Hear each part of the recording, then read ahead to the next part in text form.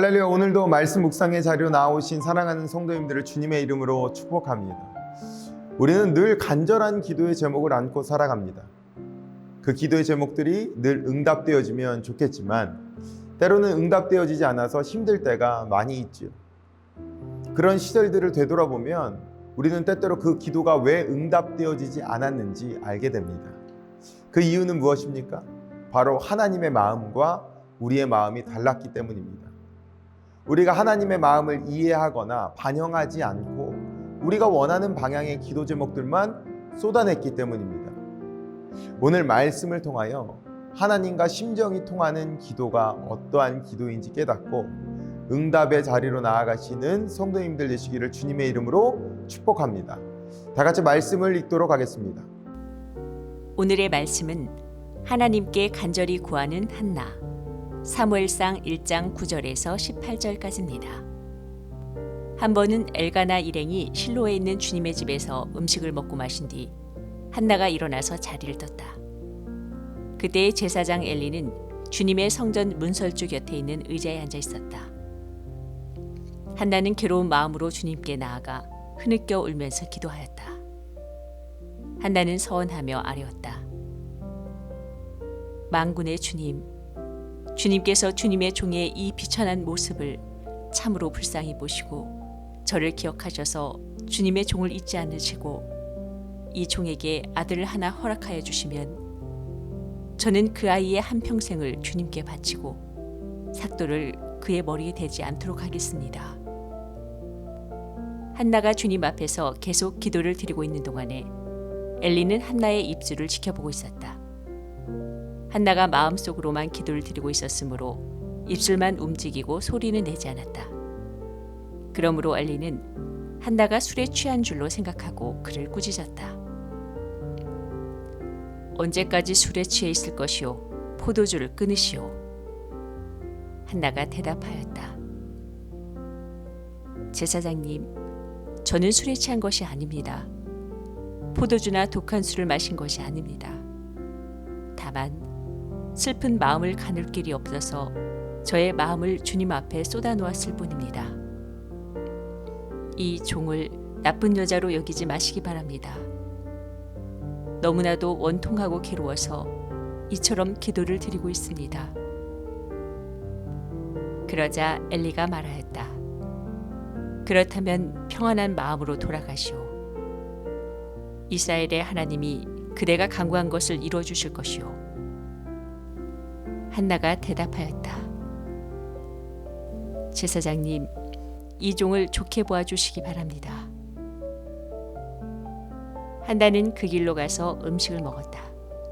그리고 다시는 얼굴에 슬픈 기색을 띠지 않았다.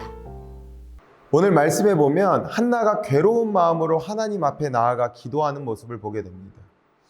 우리는 어제 말씀 묵상을 통하여 한나가 어떤 기도의 내용을 드렸는지 짐작할 수 있게 됩니다. 한나가 괴로운 이유는 자녀가 없어서가 아니라 하나님께로부터 버림받았을까 봐, 하나님께로부터 저주받은 인생일까 봐 괴로운 것이라고 말씀드렸습니다. 그러니 마음이 얼마나 괴로웠겠습니까? 통곡의 기도를 할 수밖에 없는 것입니다. 이 견딜 수 없는 아픔을 가진 채로 기도하니까 또 눈물이 나오지 않을 수가 없는 것입니다. 몸부림을 치면서 이 한나가 기도를 드리고 있는데 마침 당시 이 제사장이었던 엘리가 지나가다가 한나가 기도하는 모습을 봅니다. 한나가 심정으로는 치열한 기도를 드렸지만 입술로 중얼중얼거리면서 기도했던 것 같습니다. 그런데 엘리가 그 모습을 보면서 이렇게 말합니다. 술주정하지 말라라고 말입니다. 성도님들 보십시오. 제사장이면 당시의 영적인 지도자입니다. 이 영적인 지도자가 백성이 처절하게 기도하고 있는데도 그것을 술주정이나 하는 것으로 보고 있습니다. 얼마나 영적으로 어저어져 있는 것입니까? 하물며 지도자도 이런데 백성들은 어떠했겠습니까? 사무엘 당시의 영적인 상태를 이 엘리의 반응을 통하여 하나님께서는 꼬집고 계시는 것입니다. 그 시대가 그만큼 영적으로 어두운 시대였다라는 것이죠. 그럼에도 불구하고 한나는 자신이 원통하고 괴로워서 기도를 하고 있다고 말합니다. 이것이 유명한 한나의 기도입니다. 그런데 한나의 기도가 이상합니다. 한나는 아들 하나만 있으면 모든 문제에서 벗어날 수 있습니다. 분인나에게 조롱을 받을 필요도 없고 세상 사람들에게 조롱받을 필요도 없습니다. 저주도 다 끝납니다. 그래서 아들을 달라고 기도하는 것까지는 이해가 되는데 이 아들을 주시면 도로 내놓겠다고 기도하고 있는 것입니다. 나실인으로 하나님께 바치겠다라는 것입니다. 사랑하는 성도님들, 한나의 이 이상한 기도가 우리에게 굉장히 중요한 기도의 실마리를 제공합니다. 처음에는 한나도 아들을 달라고 애통하고 원통해하면서 기도했는지도 모르겠습니다. 그런데 기도하다 보니 하나님의 마음을 알게 된 거예요. 어떤 마음이요?